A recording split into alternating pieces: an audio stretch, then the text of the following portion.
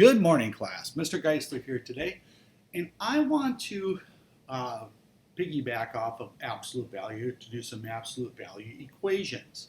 So what we're going to do today is we're going to find out, solving for y, the absolute value of what, or absolute value of y equals 3. So what numbers do you think of that are 3 from 0? So sometimes we can use a number line to do this. Sometimes it's easier. So if here's 0, what numbers are 3 away from 0? Well, if I go 1, 2, 3, one answer would be 3. Okay? And then what about the other way? 1, 2, 3. Where would I end up? -1, -2, -3. So the answer here for y would equal 3 and -3. Okay? And we can put this little subset around it, a little set notation, that's fine. And that's what we come up with. What about this one? The absolute value of a number equals a -5. So let's go back to absolute value. Is absolute value ever negative? The answer is no. So there's no number that's going to give me a negative absolute value. So in this case, the answer would be no solution. It's impossible. Now, if I took the negative out of there and made it a 5, then the answer would be 5 and -5. But with it in there, the answer is no solution. Okay? What about this one down here? Okay?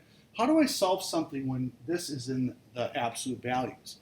Well, we can either have a positive or a negative, okay, with the 20. The distance can go from either positive 20 to 0 or negative 20 to 0, and the distance is still 20. So this is how I write this. I write this in two parts. X minus 100 equals a positive 20, okay?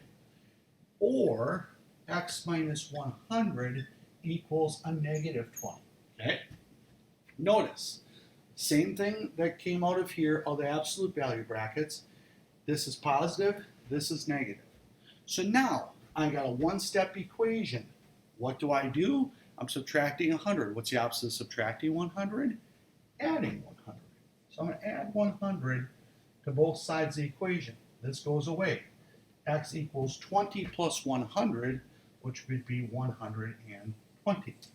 So that added 100 onto 20, right? I added those two positives. So in this case now, I'm going to add 100, but notice I have a negative 20, right? A negative 20 plus 100. So this is still 0, but x is equal to what? 100 plus -20 is like 100 minus 20. 100 minus 20 would equal 80. So this one would be equal to 80.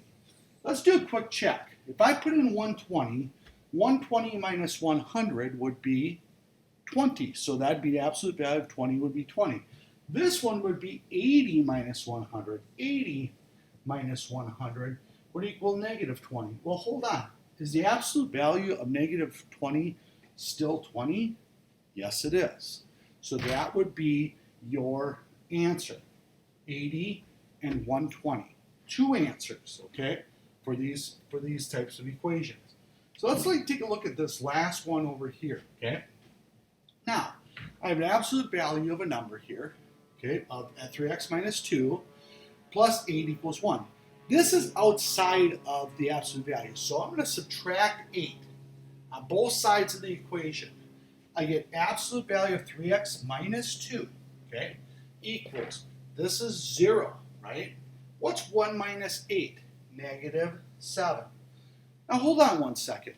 The absolute value of anything, can that equal a negative number? Wait a second, didn't we just say up here that it didn't?